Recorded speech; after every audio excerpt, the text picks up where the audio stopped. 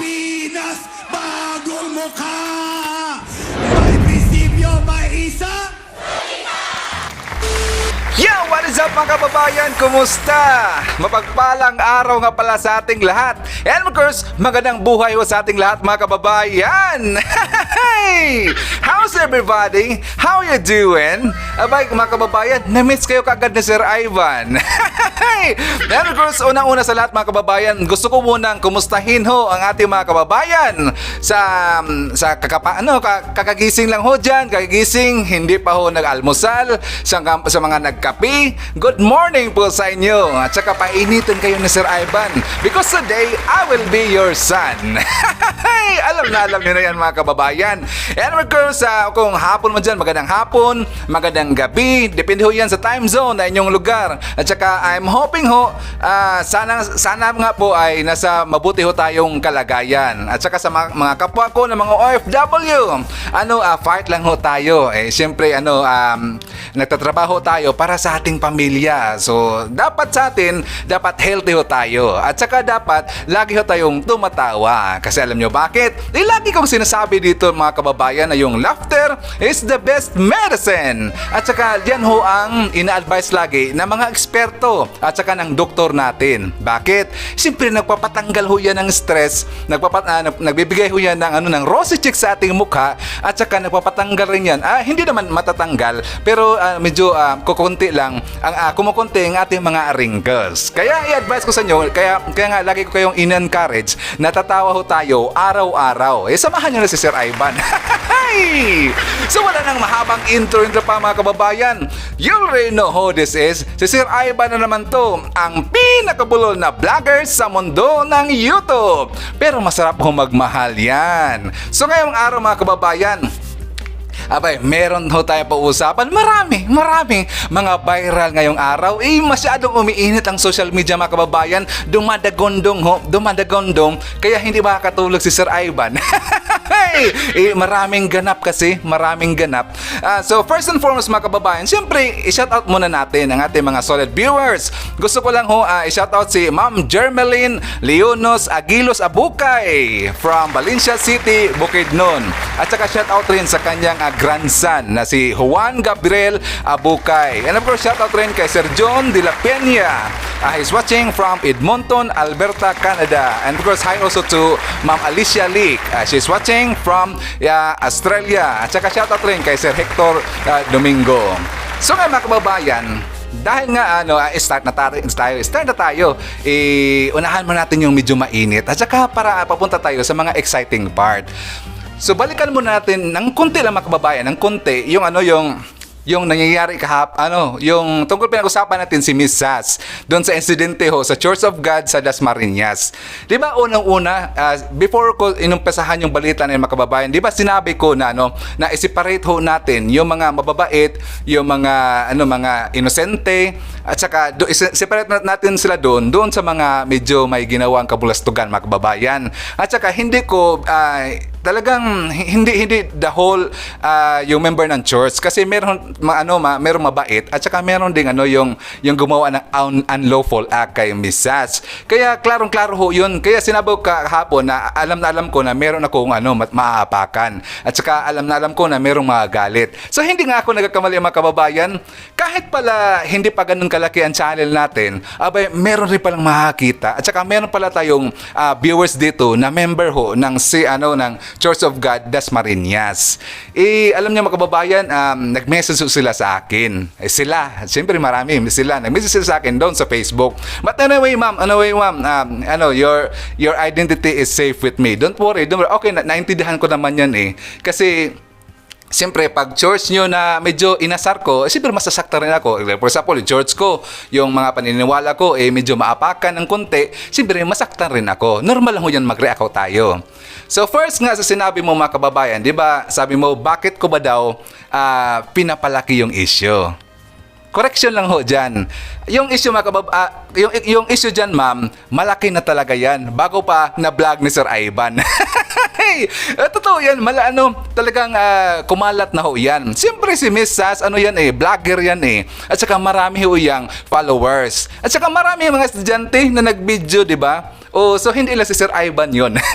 Baka ako lang nakita mo. But anyways, kalat na ho yan, ma'am. Kaya nga, hindi ko lang pinapalaki. Malaki na talaga yan. So, ngayon, kinaklaro ko lang sa iyo, ma'am, na yung aasarin ko dito sa channel natin, yung mga may kabulastugan. It doesn't mean na sinuportahan ko si Miss Sass dahil isa ho siyang vlogger. No, isit aside natin ang pagiging vlogger niya. At saka, isit aside natin, alam kong nasa isip mo dahil isa siyang BBM supporter. Ako, BBM supporter rin ako. So, i-separate natin yan, isit aside natin yan. Sinuportahan ko si Miss Sass. Bakit? Kawawa ho ang yung sitwasyon nga doon.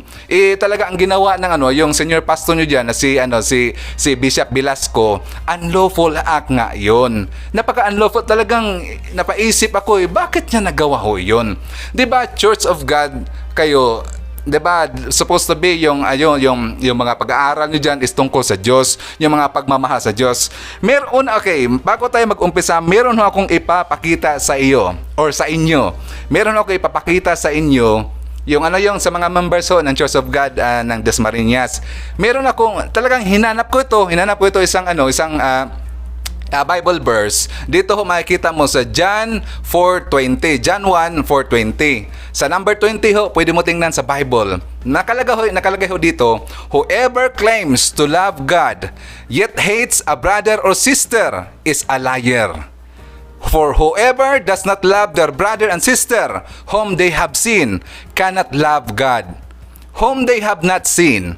'Di ba? Dapat kasi dapat inaccept nyo ho kung anong klase si Miss Sass. Kung siyempre LGBT siya, transgender din, dapat i-accept nyo ho kasi tao rin siya pinili niya, tsaka yung choice niya dapat irespeto natin. Huwag yung ganun. So mga kababayan, medyo problema na nga o doon. At saka ito meron akong ipapakita sa iyo, ma'am. 'Di ba merong issue ho doon na sabi ng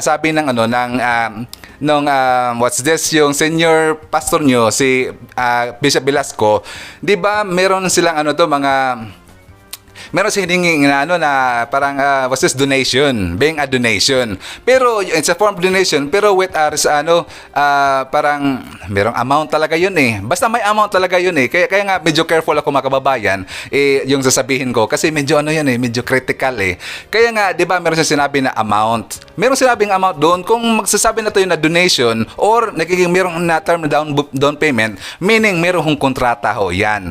Tsaka merong nakita ho isa sa ating viewers dito, meron nakita at saka meron siya na-comment. Kaya nabigyan rin ako ng idea. Ipapakita ko sa inyo mga kababayan. Sabi niya, for me, if the school is renting the place owned by Church of Church, that Church of God must pay taxes to government, such as income taxes and mayor's permit, since the facility was not used for church activities, but rather of generation of income. Please investigate BIR and LGU. 'Di ba? Dapat paimbestigahan na 'to kasi alam niyo mga kababayan, dahil nga dito, kaya nga 'di ba kung meron silang down payment, terms of down payment, not just a donation, kasi ang donation ng mga kababayan parang merong reasonable price daw So meaning merong kontrata ho 'yan at saka nag-down payment din yung Southern Philippines Institute, yung school. So ngayon mga kababayan, siyempre nakaabot ho ito kay Governor ng Cavite, si Governor John Vic Remulla. Talagang nadismayado ho si Governor mga kababayan, si Governor Remulla. Sabi niya, what a shame. Yung ginawa ho ng COG kay COG Dasma kay Miss Sass. Alam niyo mga kababayan, talagang lagyan ko ng ng Dasmariñas kasi meron kasing Church of God at saka meron ding members Church of God International, kaya meron nag-react mga kababayan. Di ba nilagyan ko ng caption sa baba na makakasuhan ang Church of God. Marami nag-comment sa akin. Sabi nila, Sir Ivan, dapat linagyan mo ng Dasmariñas kasi siyempre meron tayong viewers ito mga kababayan na member rin ng Church of God, kaya medyo nag-react sila. But I accept, I stand corrected. Pasensya ho. Nakalimutan ko lang lagyan ng Dasmariñas. Pero sinabi ko yun before ako nag-start ng vlog. Diba sinabi ko na Church of God Dasmariñas. So, balik na tayo mga kababayan. So ngayon mga kababayan, sinabi pa niya ho doon na 'di ba, hindi daw gagamitin yung podium nila sa sa mga political events, yung mga ganun. Bawal daw yun, bawal na bawal. Ngayon, nag-recess ako. Actually, hindi ko lang to ipinakita kahapon, pero nakita ko na ito. Yung yung sabi na wala daw mga political endorsement. At saka bawal, siyempre sinabi niya doon na bawal na yung mga LGBT na magiging guest speaker. Pero nakita natin mga kababayan na the last year, merong mga LGBT, di ba, na naging speaker at saka naging MC. So medyo ikis na siya doon. Ngayon, nag-recess si Sir Ivan, alam niyo mga kababayan, nakita rin natin at anong ginagawa nila doon sa Church of God. Itong mga politiko, sila si Congressman P.D. Barsaga. Andyan ho sila mga kababayan sa Church of God sa podium nila, sa kanilang pulpit, ang tawag nila dyan. Nakita ni Sir Ivan. At saka nagpunta ang dilawan dyan, ang grupo ni Lenny. Nakita namin mga kababayan na itong Church of God, sibi klarong-klaro na ho. Confirm na sila.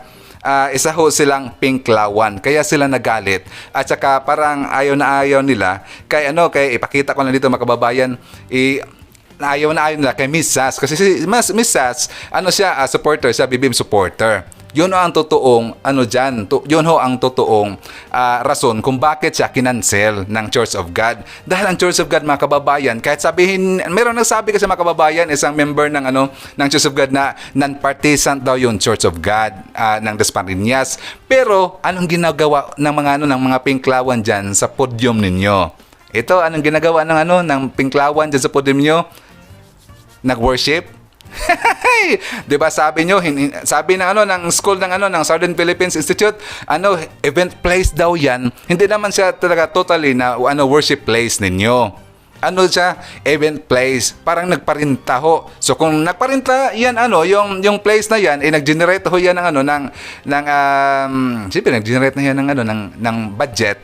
Dapat magbabayad ho sila ng tax sa government. Dapat ganun ho. Kaya nga inimbestigahan na nga yan. At saka talaga nahihiya talaga yung humingi nga silang dispensa kay Miss Sass. At saka ngayon mga kababayan, ang magkakaso ho dyan sa Church of God, mismo ho ang Southern Philippines Institute, yung SPIST. Sila ho mismo ang magkakaso dyan. Kasi talagang nahiya sila mga kababayan na meron nga silang bagong statement na inilabas. Sabi ho nila na what transpired yesterday was beyond our control. We are deeply sorry for the inconvenience it caused. And we understand your frustration because you waited for this event but suddenly the thrill and excitement was lost. Ang ibig sabihin lang mga kababayan yun si Sass ho. Si Sass ho ang sinabihan lang kasi nag-release sila ng bagong statement. So ngayon mga kababayan, rest assured the school will hold rest assured that the school will hold liable those people who are responsible to this unwarranted action which can be characterized as an attack to our institution causing damage against yung school, SPIST, graduates, parents, and respected guests. Alam niyo kabayan, alam niyo yung member ng COG Dasmariñas, hindi lang ho si Miss Sass ang medyo dismayado ho dito sa ginawa ng senior pastor nyo. Pati ho yung mga estudyante, pati yung mga parents nila. Siyempre yung mga estudyante mga kababayan, matagal ho yan nag-prepare diyan sa event na yan kasi once in a lifetime lang yan mag-graduate ka, 'di ba? Once in a lifetime lang yan. At saka pati yung mga parents, proud na proud sila, napaka-excited pa nila, na-prepare para sila kanilang anak. At saka ganun lang ang nangyayari. 'Di ba? Parang very unlawful act talaga Saka alam kong hindi to papalampasin ng alam ko, I have a feeling hindi talaga to papalampasin ng SPIST na school, yung Southern Philippines Institute. So pasensya ako humihingi ho ng dispensa sa aking nasagasaan. Member ho ng dito ng Church of God Dasmariñas. Viewers pala natin mga kababayan, kasamahan niyo member pala ng COG. So pasensya ho, humihingi ako ng dispensa ho. Pero ang tinarget ko lang naman yung senior pastor lang ho, hindi ho yung church nyo. Alam ko kasi marami mga matitino na mga member kasama nyo. Alam ko kasama ka rin, isa ka rin inosente rin. Alam ko inosente ka rin at saka kasama ka sa mga matitino ho. Yung inasar ko mga kababayan yung senior pastor na lang ho. So ngayon, forward naman tayo. Kung merong mga update nga pala doon sa kay Miss Sass, siyempre pag-usapan pa rin natin kung hindi natin tatantanan yan. Marami pa rin yung pag-uusapan, saka marami pang mangyayari. So nga mga kababayan, forward na tayo. Ito na. Si PBBM mga kababayan, siyempre ipagpatuloy niya ang pagiging vlogger. 'Di ba? Meron ho siyang inilabas ng bagong vlogs doon sa kanyang account. Kung hindi pa niyo nakita, i-check niyo ho. Meron siyang inilabas na na bagong vlog niya. Napakaganda, talagang very informative ho tungkol sa gagawin niya sa government, yung mga plano niya, at saka yung future projects. Andun rin, makikita niyo. Sabi niya sa balita mga kababayan, PBBM ipagpapatuloy ang vlogging. Ipagpatuloy natin ang vlog na ito. Bakit? Siyempre, klarong-klaro na ho yan mga kababayan. Bakit nga kaya nanggagalaiti ang mga media, yung mga bias media? Bakit nanggagalaiti ngayon? At saka palagi pinagbuntunan ng galit ngayon, yung mga vlogger. Diba? Si PBBM, vlogger yan mga kababayan. Kaya alam na ho niya yung kanyang information, yung gusto niyang gawin dyan sa government, para gusto niya ihatid directly sa mga tao na siya ho mismo ang nagsasabi. Walang filter na yan. At saka yung gusto niya sabihin, talagang aabot yan sa mamamayang Filipino. Unlike doon sa mga media, alam nyo naman yung bias media mga kababayan. Sample nga kahapon yung News 5, yung fake News 5. Sinabi niya doon na namatay yung microphone ni Miss Satch. Magkaiba naman yung namatay yung mic sa pinatayan ka ng mic. Magkaiba ho yun. Kaya to gago tong News 5 malutong, no? Siyempre, dapat ganun din kayo Kaya nga kayo hindi na nagtatrust sa inyo si Sir BBM kasi ganun kayo magbalita. Hindi credible. Iniiba nyo Unlike sa mga vlogger, what you see is what you get. Yun dapat kung anong nangyayari, yun ang makikita nyo.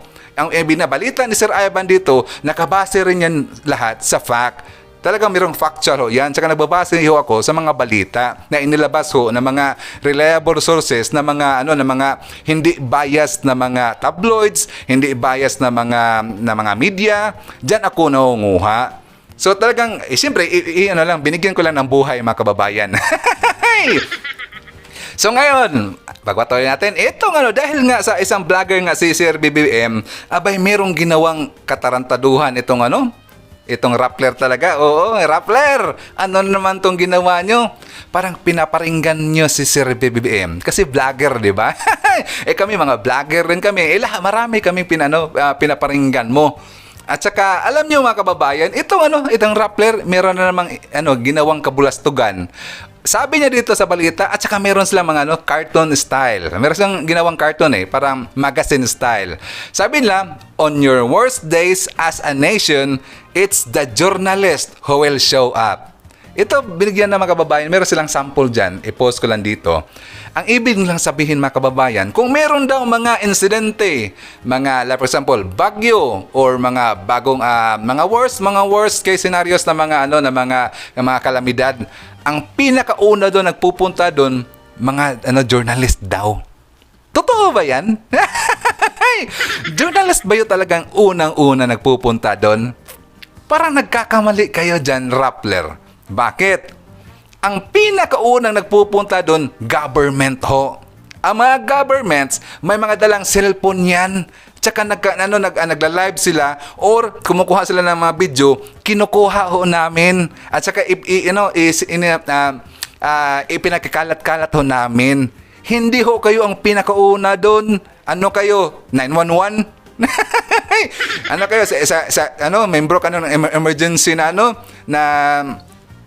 sa department, yung pinakaunang pupunta doon. Abay, punta tayo doon kasi may bagyo. Hindi kayo una, ang government nag-uuna doon para kayong si Nanay Lini ninyo. Siya nga pala, Nanay Lini. Mamaya, pag-uusapan natin yan. Meron akong nakita mga kababayan. Mamaya lang konti. Titirahin ko muna yung Rappler. Bakit kasi mga kababayan? Sinabi niya dito sa muntik ko na makalimutan Rappler! Namiss kita, Rappler! Namiss ka ni Sir Ivan. Ang sinabi kasi ng mga kababayan, dito sa cartoons nilang nilagay, parang yun nga sinabi ko na pag merong mga weather na like for example, yung sa Odette, na merong bagyo na nangyayari doon, pinakauna doon yung mga media daw, hinighlight pa nila yung Rappler. Alam niyo kung sinong gumawa ito mga kababayan? Si Lian Buwan. Naalala niyo si Lian Buwan mga kababayan? Yung palaging nagkikritics kay Sir PBBM. Yung naalala nyo, yung doon na to sa meron siyang campaign rally, tas nagdutdutan yung yung mga newscaster, mga news reporter. At saka sabi niya nasaktan daw sila, tsaka si Sir PBBM hindi daw sila hinarap. At saka talaga nagdumot-dot mga kababayan. Yun ho si Lian Buwan nung nagpapansin siya yun Lian Buwan. Gumawa ako siya ng cartoons. Pinaparinggan niya si Sir PBBM. So ngayon mga kababayan, jump na naman tayo sa ibang balita para marami ito pag-usapan ngayon. Maraming mainit eh. So before that, i-shoutout ko muna si Sir Henry Idon. She's watching from Mandaluyong City. And of course, hi to Ma'am Bergie Villanueva. Shout out sa kanya sa Villanueva family. Hi to Mameli Balisa. She's watching from Bayumbong, Nueva Vizcaya. Hi to Sir Celso Boy Igilios from Al-Hasa, Saudi Arabia. And of course, hi to Ma'am Ritz Lagat. She's watching from Cabuyao City, Laguna. So ngayon mga kababayan, siyempre alam natin na mayroong nangyayari doon sa Bulusan, sa yung vulkan, Mount Bulusan. Alam niyo mga kababayan, itong si Nanay Lenny nila, meron dang niref kaagad. Sabi dito sa balita, sabi na, saan na ba yun? Ito, si Lenny. Sabi niya, we are currently preparing for our relief operations in Bulusan, Sorsogon, and the surrounding areas. Immediate needs identified are face mask and bottled water. Ito mga kababayan, dudang-duda tayo eh. 'Di ba timing ho? Meron siyang lakad at saka nangyari rin hindi naman talaga grabe na eruption ang nangyari ho sa mga kababayan doon sa Mount Bulusan. Medyo 30 minutes sabi ng taga doon, meron kasi nag-message sa akin mga kababayan na 30 minutes lang daw nangyari doon, saka casual lang daw sa kanila. Talagang sila sanay na sanay down. Talagang minsan nangyayari ho dyan sa vulkan na yan, parang magbubuga lang ng ashes. Para siguro baka puno na siguro sa ilalim. At saka parang casual na kasi nila sa kanila. Parang nasanay na sila, naging normal na sa kanila. So nga mga kababayan, dahil nga sa tweet na yon, merong lumabas itong isang tweet ng nangangalan na Matthew Lim. Merong isang lalaki, Matthew Lim, nakasabay niya pala si Nanay Lenny, nagpunta ng Balisin Island. Timing na timing ah. Sino kayang nagsasabing totoo dito? Sabi niya, look who I chance upon in Balisin. Bipili ni Robredo. Same flight, same Bella. What a coincidence. Alam niyo mga kababayan, yung tweet yun, magkalapit lang yung oras. Yung tweet na bipili niya, nag-ready na sila ng relief, yung para sa Bulusan, sa Sorsogon. Nasaan pala yung Vice President ngayon? Nagtitweet lang pala, hindi pala nag-prepare. Talagang God is good, no? Sana tinago mo ito. Tinago nila itong picture na ito para hindi makita ni Sir Ivan. Timing na timing ah. So nga mga kababayan, pinagbuntunan sila talagang tinira sila ngayon ng kanilang ng mga Bibin supporters. Talagang binash ngayon yung si Madam Lenny. Kasi siyempre sabi niya nag-prepare na daw sila ng relief operation, pero ando naman siya sa Balisin Island. At saka alam niyo mga kababayan, magkano kayo sa Balisin Island? Napaka-cheap lang naman eh. Kayang-kaya natin. Per night 215,000. 215,000 per night mga kababayan. Parang hindi ko kaya. Napakalaki talaga eh. Mas mahal pa mas mahal pa doon sa Amanpulo. Hindi makaya ng Sir Ivan yan. Hindi kaya ng powers eh. So nga mga kababayan, ganun nga. Siyempre dahil nga merong nasakpan sa Bisaya, nahuli sila. Nahuli natin si Bepe Lenny kung nasaan siya ngayon. Itong Dilawan mga kababayan, rumisbak. Merong rumisbak kung sa Bisaya, mingbaos ng risbak. Alam niyo kababayan, merong inilabas ang isang Dilawan kung nasaan daw si Nasaan na ba yun? Kung nasaan daw si BP Inday Sara, nandun daw sa Balisin din. Pero ang date mga kababayan is last year pa, November 21. November 2021. Last year pa yun. Pero ang sabi niya, nandun daw sa Balisin. Tanga para yun eh. Natawa ako dun mga kababayan. I-post ko lang ho. Abay, rumisba ka agad yung mga pinklawan. Ayaw siguro na masapawan yung Ayaw siguro na mapahiya masyado yung suportado nila na Vice President. So, siyempre, alam niyo naman si Sir Ivan, mahilig mag-research yan eh. Dapat itago nyo yung mga pwede namin gamitin na ebidensya.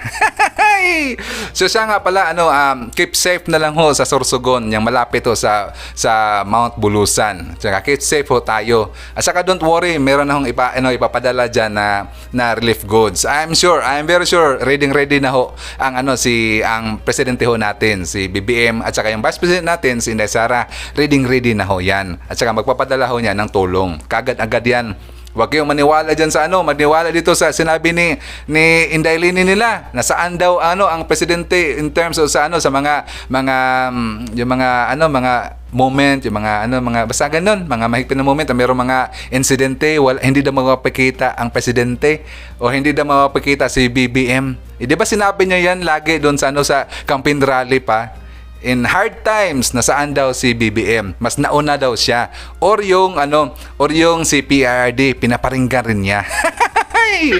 So ngayon mga kababayan, forward na ho tayo. So ngayon, itong kakamping talaga walang ginawang matino mga kababayan. Ginamit na naman ang pangalan ni BBM.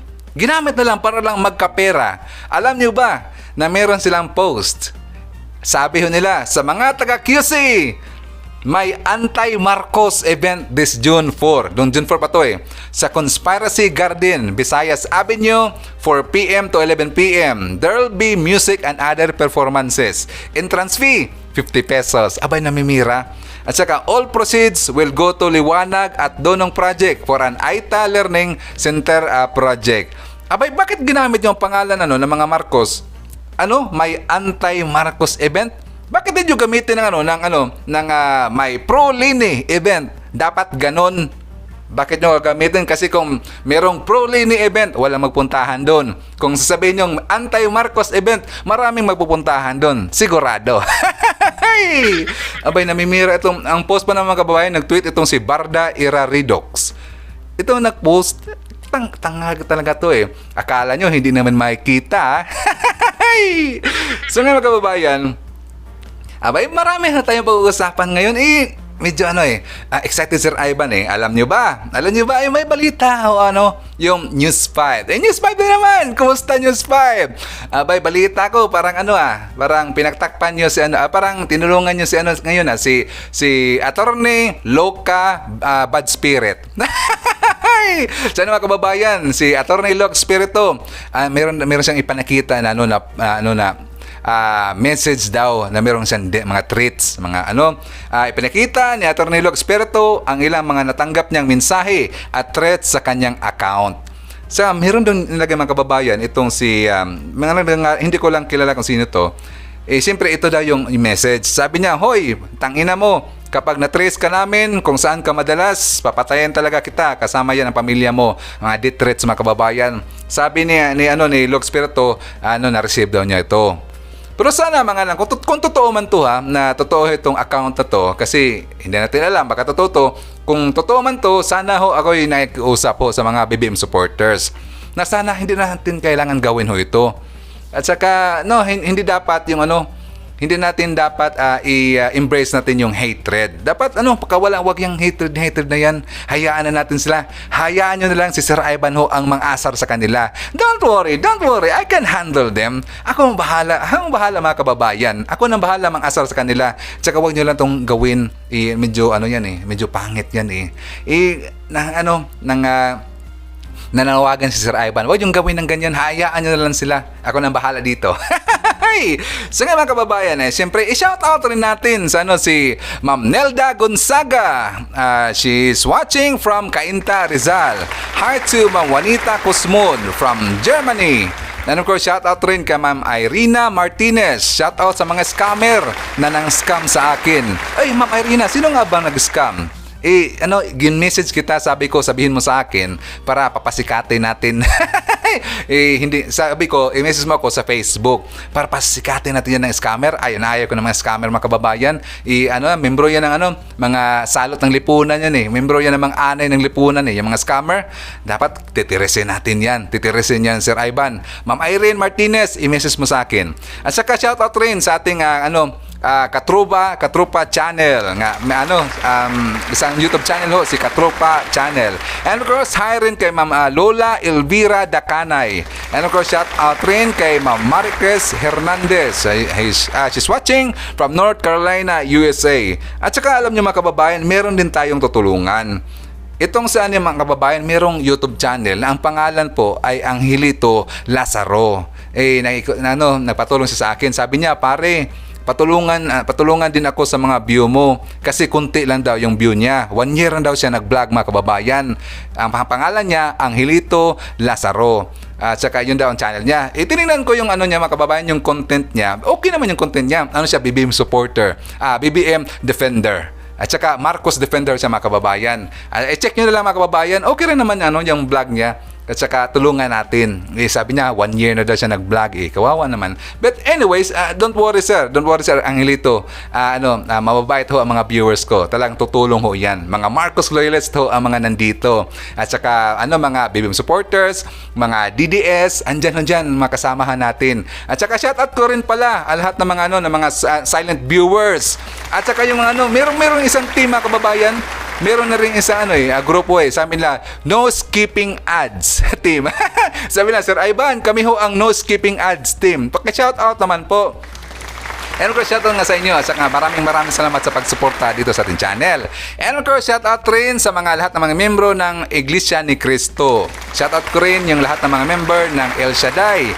At saka mga membro ho ni Pastor Kibuloy, ang The Kingdom of Jesus Christ. Shoutout sa inyo. And of course, huwag natin kalimutan ang ating mga pinalangga at saka pinakamamahal natin ng mga legends, ang mga senior citizen. Shout out ho. At saka sa lahat ng ating mga kapatid na mga Muslim, Assalamualaikum. Maraming salamat nga pala. At saka ingat ho kayo lagi. Assalamualaikum nga pala sa lahat ng mga Muslim brothers natin, na mga kababayan. And of course, kung nakaabot ka dito, sana nakapag-like na itong mga kababayan. Very easy lang naman yan. Very easy. It takes only 1 second para mag-like ho. Saka sa hindi pa ho nakapag-subscribe, libreng-libre ho yan. Para i-subscribe mo na. Para marami pa tayo dito. Dumadami ho ang mga dadami ho tayo dito. At saka makilala pa si Sir Ivan. Malaking tulong na ho yan mga kababayan ang pag-like nyo sa isang video. At saka pag-comment ho sa pag-comment at saka pag-like, malaking tulong na ho yan sa channel natin. Kasi i-recommend tayo. But anyways, maraming salamat and don't forget to pray always. Everyday yan, everyday mga kababayan. Don't forget to pray to Lord Jesus Christ.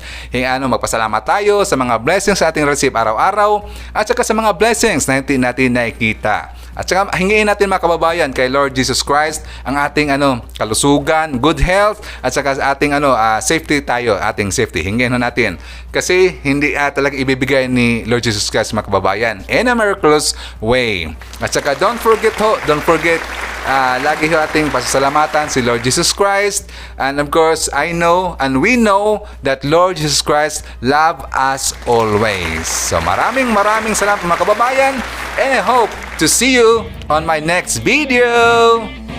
BBM Sara, BBM Sara, pagkakaisa patungo sa ginhawa. BBM Sara, BBM Sara, para sa kinabukasan naming mga bata. BBM Sara, BBM Sara, walang imposible na kapag nagsama-sama. BBM Sara, BBM Sara, ang presidente at ang bisi na mahal ang